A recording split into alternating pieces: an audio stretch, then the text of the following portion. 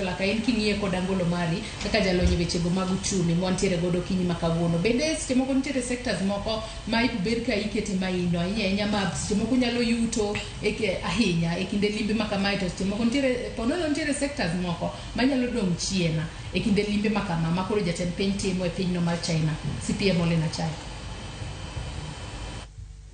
Erokamano Joyce, aparo ni mana kaka Kachola nosewacho chien kacha ni wang'eyo ni China en piny mosedongore and Kenya en piny ma pod dongore.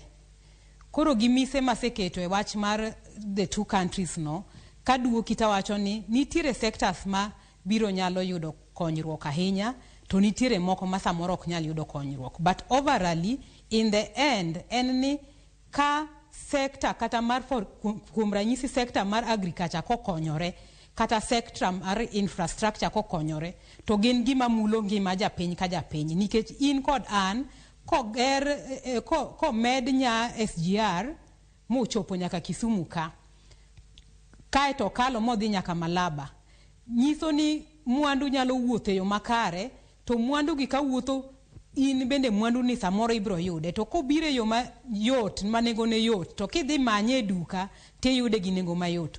Koro mano kata ka okine sector no directly, to nitiere kaka indirectly okelo ni konyruok. Koro okwanyal wacho ni nitiere sectors moko mabro yudo, koro directly to nitiere sectors mabro benefit, nikech nitiere gik ma wanyalo timo kaka oganda kata kaka pinywa mar Kenya. Ane wasechiwo ranyisi kacha ni kaka agriculture, kaka minerals, mago gik ma wan godo, to China manyo kuom raw materials, nikech gen gi machinery, gen gi sophisticated systems, gise bero luasi margi mag gero gik moko kendo ginyalo gero. Koro gima de gimany kuom kaka piny mar Kenya en mana raw materials. Koro kokalo kuom raw materials, wan bende gik mwanyalo tero kuom gi gen mana gige agriculture, nikech mane kama wabere. Another thing mane okwawacho en tourism.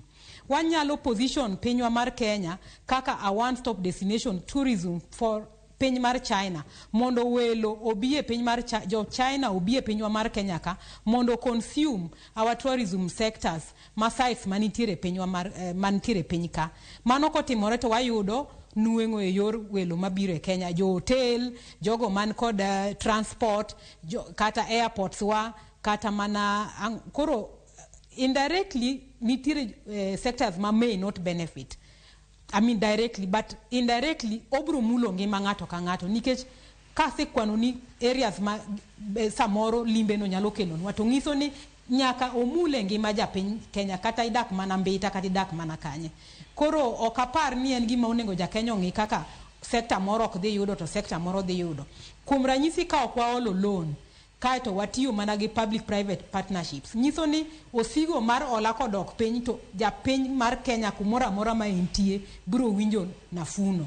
Koro an kaduo kitawacho ni sectors may not benefit directly, but indirectly wan duto te wabro yudo konyruok. But bro depend ni ere kaka waloso twak, how have we pitched our agenda, ere kaka ker ka achiel kod joma no wuotho go obedo jolomba, uchalo jomodhi e nyombo e kisera kiwuotho gi joma ong'e wach, to kata ne do wuodhero to ok riembu, imiyo mana nyako. To ka wuotho gi joma kia wach, to kan moro ibro penju ni to nyarwa ni kaka wapuonje ni, uneno mana noromo gi dhiang' achiel.